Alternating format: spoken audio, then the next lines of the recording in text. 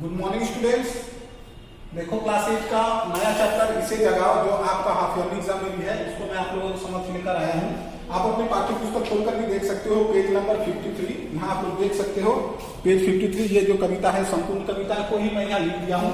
ठीक है, सबसे पहले में क्या करते हैं, इसके थोड़े कवि परिचय के बारे में हम जानने का प्रयास करते हैं कि कवि, इसके कवि हैं भवानी प्रसाद मिश्र। ठीक है, भवानी प्रसाद मिश्र जी के थोड़ा जीवन परिचय को हम समझ लेते हैं। ठीक है, तो आप लोग देख सकते हो, मैं यहाँ लिख दे रहा हूँ।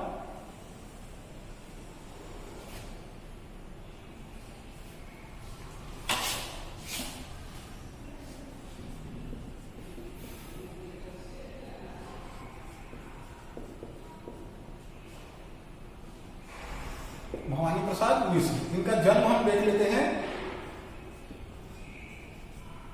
इनका जन्म हुआ था 29 मार्च 1913 को।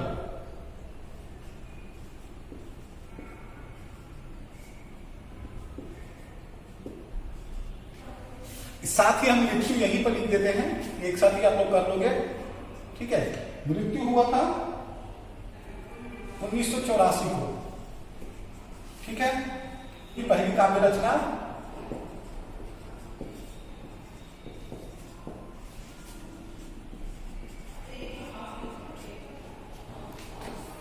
जिसका नाम था गीत फरोश।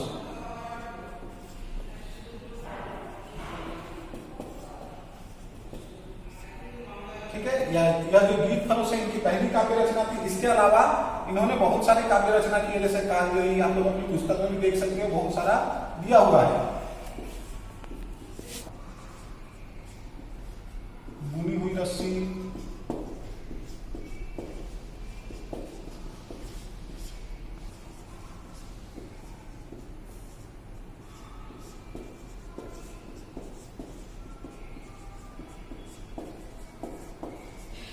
खुशबू की शिलालेख इत्यादि। ठीक है, अच्छा, इनकी जो काव्यगत विशेषता है, इसमें राष्ट्रीय भावना का ओतप्रोत है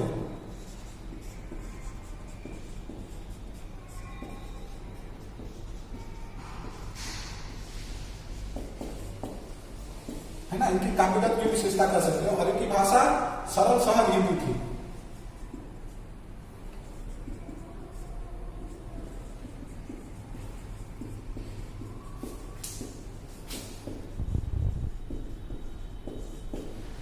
ठीक है, तो यह है उनकी कवि परिचय के बारे में। आप लोग इसको थोड़ा विस्तार पूर्वक अपने पाठ्य पुस्तक से भी देख सकते हो। अब हम आ जाते हैं कविता पर। देखो यह कविता में क्या है, क्योंकि यह कविता में क्या है, जो व्यक्ति आलसी अधिक देर तक सोए हुए रहते हैं उन लोगों को क्या कहते हैं, यहाँ पर कवि प्रेरणा देते हुए कहते हैं कि आप लोग इतनी देर तक मत सोए रहो, क्योंकि जो समय बीत जाता है वह समय कभी लौटकर वापस नहीं आता। ठीक है, देखो यहाँ पर क्या है, सूरज जिंदगी देने वाला है, यह प्रकाश तथा उष्मा भी देता है। भवानी प्रसाद मिश्र कहते हैं सूरज क्या है, जिंदगी देने वाला है, यह प्रकाश तथा उष्मा भी देता है, जो संसार को प्राणवाय बनाए रखने के लिए अनिवार्य है। सूरज के निकलते ही क्या होता है, पशु पक्षियां सबसे पहले पक्षी उठते हैं सुबह, आप लोग सभी जानते हो, जाकर अपने अपने कर्मों में जुट जाते हैं। जीवन के सुचारू रूप से चलाने के लिए हवा प्रकृति का दूसरा आवश्यक तत्व है। पर वहीं दूसरी तरफ देखो, मनुष्य क्या करता है, सूरज के निकलने के बाद भी वह क्या करता है, सोया हुआ रहता है। यहाँ पर उन्हीं लोगों पर कभी उन्हीं लोगों को बारे में बता रहे हैं कि जो अधिक समय तक सोया हुआ रहेगा वह क्या होता है, अपने जो मूल्यवान समय को गवा देगा, वह समय फिर लौट कर कभी नहीं आएगा। यहाँ पर देखो एक लाइन लिखा है, क्षिप्र का अर्थ होता है बहुत तेज गति से, है ना, ये क्षिप्र का अर्थ होता है बहुत तेज गति से। उसके बाद वह क्या करेगा, तेज गति से चलने के बावजूद भी वह उस समय को पकड़ नहीं पाएगा। ठीक है, अब हम आ जाते हैं कविता पर। इसके शब्दार्थ देखो, आप लोग देख सकते हो, अपने पाठ्य पुस्तक के पीछे दिया हुआ है, आप लोग देख लोगे। भाई सूरज जरा इस आदमी को जगाओ, भाई पवन जरा इस आदमी को हिलाओ। यहाँ पर क्या है, कवि सूरज को कहते हैं कि सूरज इस आदमी को आप थोड़ा जगाओ, पवन को भी कहते हैं कि इसे थोड़ा आप हिलाओ। यह आदमी जो सोया पड़ा है, जो सच से बेखबर सपनों में खोया पड़ा है, यह आदमी क्या है, सच से बेखबर है। उसको अभी ऐसी नींद में सोया हुआ है जो आलसी मनुष्य है, जिसको वास्तविक सच का पता ही नहीं होता। वह क्या होता है, वह सपनों के नींद में ही खोया रहता है, सपनों में ही खोया रहता है। तो सूरज और पवन को यहाँ क्या कहते हैं कि तुम इसे थोड़ा जगाओ और जो सपनों में खोया हुआ उसे सपनों से उठाकर उसको वास्तविकता से परिचय करवाओ। भाई पंछी इसके कानों पर चिल्लाओ। फिर क्या करते हैं, पक्षी को कहते हैं, पंछी को, कि इसके कानों में जाकर चिल्लाओ। क्यों? क्योंकि यह बेखबर सोया हुआ, इसे किसी चीज की परवाह, किसी चीज की चिंता भी नहीं है। अतः तुम इसके पास जाओ, इसे जाकर जगाओ, जगाकर इसे वास्तविकता से, सच्चाई से अवगत करवाओ, सच्चाई से परिचय करवाओ।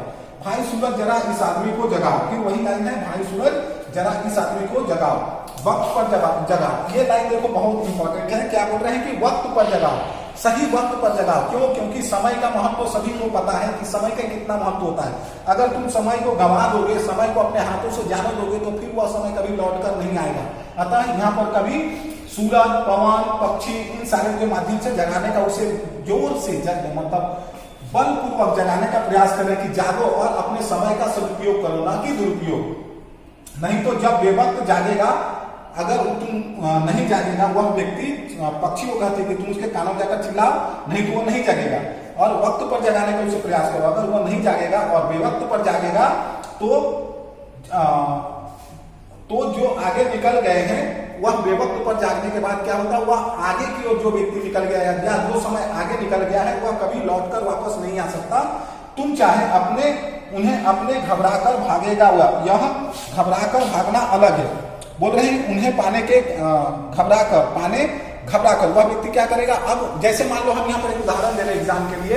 एक एग्जाम आ रहा है, आप लोग को 6 महीना 1 साल बाद एक एग्जाम है, 1 साल बाद आप कभी पढ़ेंगे नहीं। इसके बाद क्या होगा, 1 महीना 15 दिन बचा हुआ रहेगा और सब सब्जेक्ट को आपको कवर करना है। तो क्या करोगे, जल्दी जितनी जल्दी हो सके आप 24 घंटे में 48 घंटा समझ लो, आप लोग को समझ आ जाएगा। ऐसा पढ़ते दिन रात वही लेकर बैठे रहोगे, पढ़ते रहोगे। लेकिन फिर भी जो व्यक्ति 1 साल से निरंतर पढ़ता रहा, उसकी बराबरी आप नहीं कर सकते। तो ऐसे समय में क्या होगा, तुम चाहे जितना भी उसके साथ भागने का प्रयास करो, नहीं भाग सकते। घबराकर भागना अलग है, क्षिप्र गति अलग है। यहाँ पर बोल रहे हैं कि 2 तरह का भागना है। तेज गति से भागना एक अलग होता है और घबराकर अत्यधिक तेज से भागना यह अलग होता है।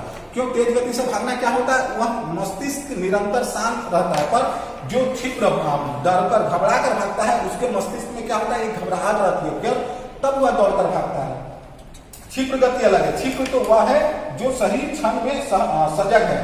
क्षिप्र वह है, अर्थात तेज गति से वह भागने वाला होता है जो सही समय के साथ तेज गति से भागता है, ना कि समय को गंवाकर उसके बाद समय को पकड़ने के लिए तेज गति से भागता है। तो वे कभी सफल नहीं हो सकता जो समय को गंवाकर फिर समय को पकड़ने के लिए तेज गति से घबराकर भागता है। वरन यहाँ पर कभी कहते हैं वही तेज गति से भागता है जो सफल होता है तेज गति से भागकर, जो समय के साथ तेज गति से चलता है। सूरज इसे जगाओ, फिर अंतिम लाइन है, सूरज इसे जगाओ और पवन इसे हिलाओ, पंछी इसके कानों पर चिल्लाओ। जो ऊपर का 3 लाइन था यही है। यह कविता चूंकि बहुत आसान है, कह सकते हैं कि यहाँ पर कवि ने समय के सदुपयोग करने का हमें संदेश दिया है। हमें समय के साथ काम को करना चाहिए।